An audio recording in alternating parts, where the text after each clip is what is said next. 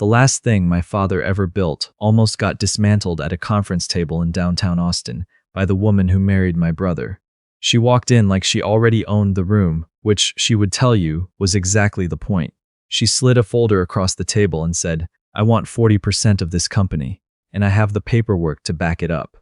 I looked her in the eye and told her she wasn't getting a single percent. 2 days later, she filed to legally dissolve the entire company through the courts. I drove to the county clerk's office with my hands gripping the wheel so hard my knuckles hurt. But when I got there, the clerk slid the filing back across the counter with a red stamp across the top, rejected, void on its face. Because the company she had filed against hadn't existed in that legal form for 2 years. My father had quietly restructured it, changed the EIN, reorganized the ownership structure, transferred operational control through a separate holding entity, and he had done all of it without telling a single soul. Not me, not my brother, nobody. And when I finally understood why, everything clicked into place. He hadn't just built a company, he had built a trap, and she had walked straight into it.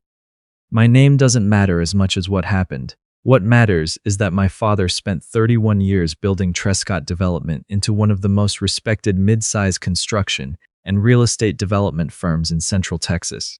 He started it out of a rented office in a strip mall with 2 employees and a second-hand truck. By the time he died of a sudden cardiac event 14 months ago, Trescott had more than 200 employees, active projects in 4 states, and a valuation just north of $280 million. He was 64 years old, and he had not been sick a day in his life as far as any of us knew. There was no warning. There was no goodbye. There was just a phone call from his assistant one Tuesday afternoon in October, and then there was a new world I didn't know how to live in. My father left me the company. He left my older brother Colin the real estate portfolio, a collection of income properties he'd accumulated over the years, valued somewhere around $40 million. It wasn't nothing.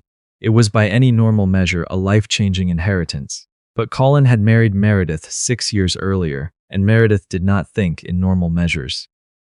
She had worked in corporate law before she stopped practicing, and she had spent most of those 6 years watching my father's company grow while quietly forming opinions about who deserved what. She was smart, methodical, and absolutely certain that she understood business better than anyone in the room. She may have even been right about that. What she was wrong about was my father.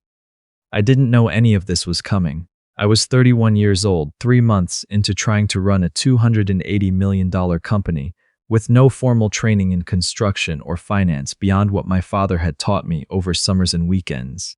I was exhausted every day. The board was patient but watchful. I was learning in real time, trying to hold together something my father had spent his entire adult life creating, and I was doing it while grieving in the slow, grinding way you grieve when there's no time to stop.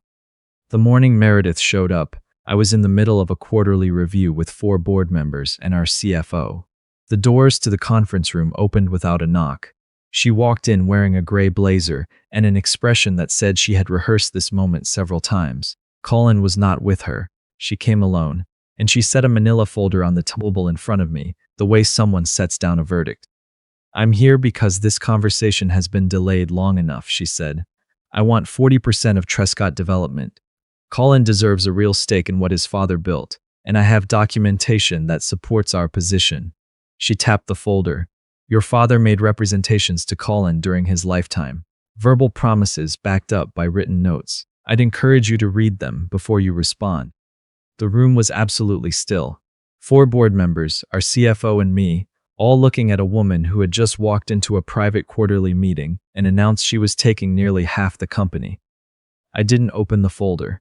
I looked at her and said, "You're not getting 40%. You're not getting any percent. And I'd like you to leave before I have security walk you out." She smiled, not warmly, and picked the folder back up. "We'll see," she said. Then she walked out the same way she'd walked in, like the whole thing had gone exactly according to plan. After the meeting, I drove back to the house where I'd grown up, the one my father had lived in until the end. I hadn't sold it yet. I wasn't ready to. I went to his study and sat in his chair for a long time without turning the lights on. I kept thinking about what she'd said. Verbal promises, written notes. My father had been precise about almost everything in his life. I couldn't imagine him making informal promises about something this significant. But I also couldn't ignore the possibility that there were things he hadn't told me. There were things I was beginning to understand that my father had kept very close. I don't know what made me open the bottom left drawer of his desk. I'd been through that desk before, looking for insurance documents in the weeks after he died. But that night I noticed something I'd missed, a false bottom, a thin wooden panel that sat slightly higher than it should. Underneath it was a small metal lockbox I'd never seen before. It had a 4-digit combination. I tried my birthday on instinct. It opened. Inside was a USB drive, a handwritten letter, and a sealed envelope with my name written on the front. Below my name, in my father's careful block lettering, "Open when someone comes for the company." I sat there for a moment with that envelope in my hands, and I felt something I can only describe as the floor tilting. He had known. He had known someone would come. He had prepared for it and not told me, and that particular silence, I would come to understand, was its own kind of protection. The letter came first. He wrote that he had seen trouble gathering for some time, that he believed someone would attempt to use forged or manipulated documents to claim a stake in Trescott after his death. He had quietly restructured the company's legal identity, new EIN, new holding entity, to ensure that any legal action taken against the old structure would fail at the procedural level before it ever reached a judge. He had done this 18 months before he died, during a period when he was fully healthy, and he had documented every step with 2 separate law firms. Then he wrote something that stopped me. "Do not overreact to Colin. He may not know what's being done in his name. I need you to find out before you decide what you believe about him." I read that paragraph 3 times. My brother and I had grown up close. We weren't the same kind of people, but we were family in a way that felt solid. The idea that I couldn't automatically trust him in this, that my father felt the need to write that warning, landed harder than almost anything else in those pages. I plugged in the USB drive. There were audio files, email exports, and photographs. I started with the photographs because they loaded fastest. Most of them were financial records, document scans, things I couldn't immediately interpret. But one image stopped me cold. It was a photograph clearly taken from a distance of my sister-in-law, sitting across a table from a man I recognized. His name was Vickers, Douglas Vickers, and he had been Trescott's CFO for 11 years before my father terminated him 4 years ago. I'd been living in Dallas at the time and only heard the edges of it, but the substance was embezzlement. Vickers had been siphoning project funds into a consulting firm he'd set up under a relative's name. My father had discovered it, confronted him privately, accepted repayment under a settlement agreement, and let him go without filing criminal charges because my father believed in giving men a single chance to walk away with their dignity intact. It was one of the only decisions of his professional life I ever heard him second guess. The photograph was dated 8 months ago, 3 months after my father's death. Meredith and Vickers, sitting at a restaurant in San Antonio, documents on the table between them. I didn't sleep that night. The next morning, I pulled the email exports from the USB. My father had been monitoring Vickers since the settlement, quietly, through a private investigator. The emails covered a period of about 14 months and showed Vickers systematically tracking Trescott's internal structure, ownership records, and legal filings from the outside. At some point, he had identified Meredith as a potential access point. He knew she had legal training. He knew she harbored resentment about the inheritance split. He had approached her, fed her a theory about verbal promises my father never made, and provided her with template language for a claim that, on its face, looked like it might have teeth. Meredith hadn't invented this. She'd been recruited. That realization didn't entirely absolve her. She had made choices. She had walked into that conference room and performed absolute certainty about things she had been handed by a man with a grudge and a long memory. But it changed the shape of what I was looking at. This wasn't just my sister-in-law deciding she deserved more. This was a former CFO who had spent 4 years nursing a wound, waiting for my father to be gone, and then identifying the weakest point of entry and pushing. The dissolution filing came on a Thursday, 2 days after the conference room confrontation. Our company attorney, a woman named Ms. DeLuca, who had worked with my father for 9 years, called me before I'd had my second cup of coffee. She sounded almost amused when she explained what had happened. The filing named the original legal entity, the one my father had dissolved and reorganized 18 months earlier. The EIN on the filing was the old number. The registered agent address was the old one. Every procedural element pointed to a company that no longer existed in that form, and the county clerk's office had kicked it back before it was even processed. I drove to the courthouse anyway. I needed to see it with my own eyes. The clerk was a patient woman who explained that the filing was void on its face and had been returned to the filing party with a rejection notice. I stood at the counter holding a copy of the stamp, and I felt something I hadn't expected. Not triumph, more like grief mixed with astonishment, a feeling that my father was somehow still in the room with me, still 3 moves ahead, still protecting something he'd never stopped protecting even after he was gone. When I called Meredith to tell her, she didn't believe me. She said her attorney had confirmed the filing. I told her to ask her attorney about the IN. There was a long pause and then she hung up. That afternoon, I drove to Colin's house. I hadn't called ahead. He answered the door in the middle of a workday, which meant he'd been home, which meant something was already wrong in his world. He looked tired in a way that was different from grief, more like strain, like a person holding together something that kept trying to come apart. I sat with him at the kitchen table and told him everything I'd found. The lockbox, the letter, the photographs, the email trail connecting Meredith to Vickers. I told him calmly and I watched his face while I did it. What I saw was not guilt. It was humiliation. The particular humiliation of someone realizing they have been used by a person they trusted completely. His jaw tightened and then went slack, and then he put his face in his hands. He stayed like that for almost a full minute. When he looked up, he said, "I knew she was pushing on the inheritance. I didn't know she'd gone this far. I didn't know about Vickers." He said it without defensiveness, just flatly, as a statement of fact. I believed him. My father had told me not to overreact, and my father had been right. Meredith had called an emergency shareholder meeting 2 weeks out, before the filing was rejected, when she still thought she had leverage. By the time the rejection came through, she had already notified stakeholders, and there was no graceful way to cancel. So the meeting happened anyway. I spent those 2 weeks preparing. Ms. DeLuca worked with a forensic document examiner to produce a full analysis of the claim document Meredith had presented at the conference, the one citing verbal promises and written notes. The examiner's report was thorough. The document had been created on software my father had never used. The date formatting was inconsistent with his other personal correspondence. The signature matched his public signature samples, but not the micro variations visible in his private documents. It was a competent forgery. It wasn't good enough. The morning of the shareholder meeting, I arrived early. I set up the room the way my father used to set up rooms before difficult conversations. Water on the table, documents face down, nothing visible until the right moment. Ms. DeLuca was there. A representative from the state attorney general's office was there, having been briefed by us over the prior week. 2 plainclothes law enforcement officers stood near the back wall. I had notified no one else about their presence. Meredith arrived 20 minutes late, which I suspected was intentional. She came with a man I didn't recognize who turned out to be a reporter from a local business news outlet. She had apparently tipped him off, told him to be ready for a significant announcement. She had brought a witness to her victory. She settled into a chair across from me, with her hands folded on the table, and the reporter standing off to the side with a notepad and a phone recording the room.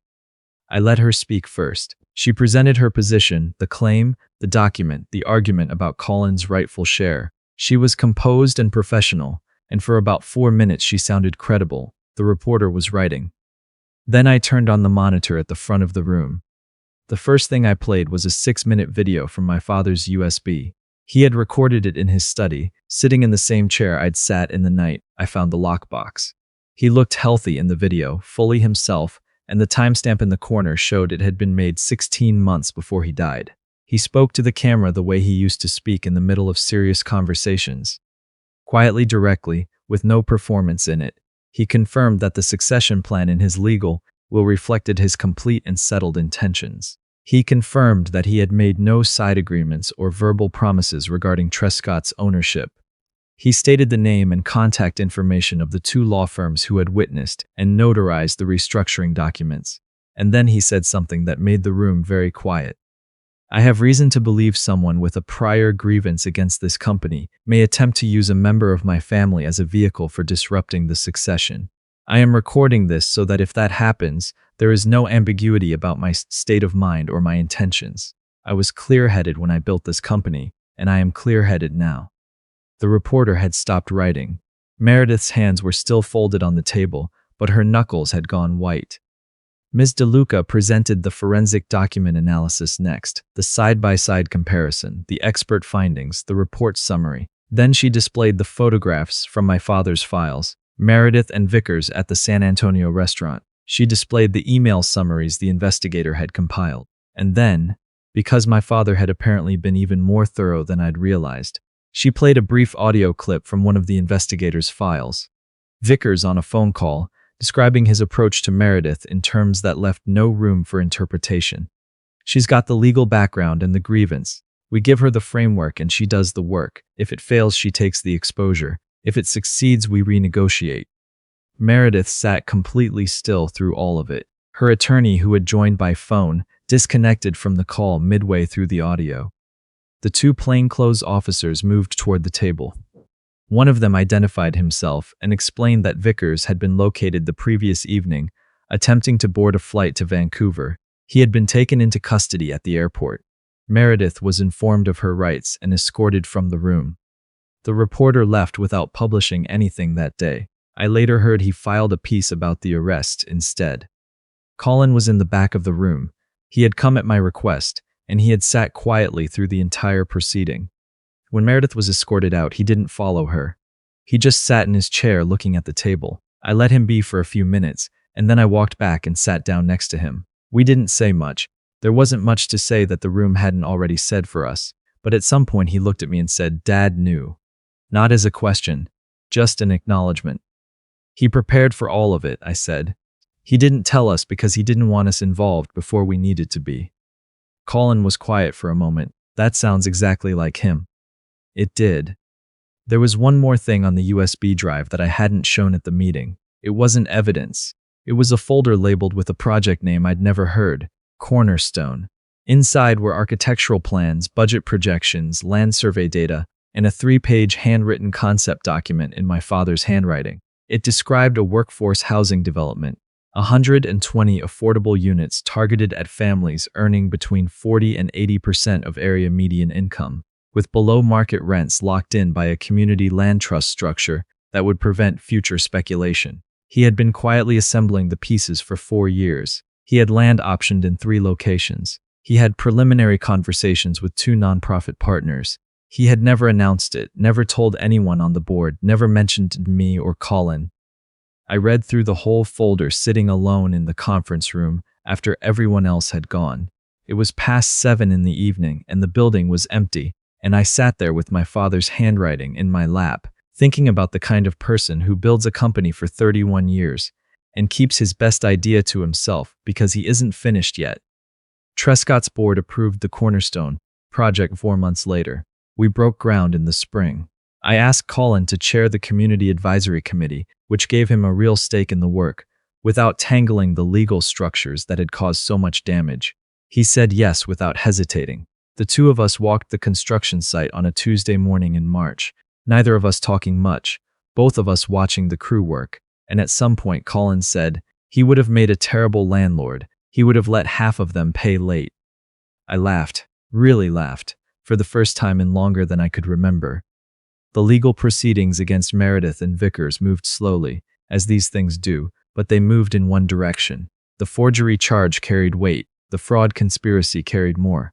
I didn't follow every development closely. I had a company to run and a project to build, and a brother to figure out how to be close to again, and those things took all the attention I had.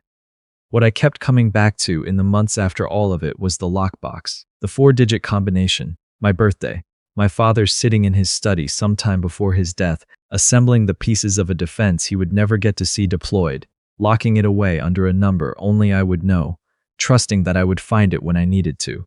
He hadn't told me everything. He hadn't handed me the answers. He had done something harder and more careful than that. He had left me a path and trusted me to walk it. I think about that a lot. What it means to build something that holds even after you're gone. Not just a company, though that too, but trust. The kind that survives doubt and time and someone doing their worst to break it. My father was a man who believed the truth had structural integrity, that if you built it right, it would hold weight. He spent his whole life proving that in concrete and steel, and then at the end he proved it in something harder to measure. I try to build that way too now. I don't always succeed, but I know what I'm aiming at.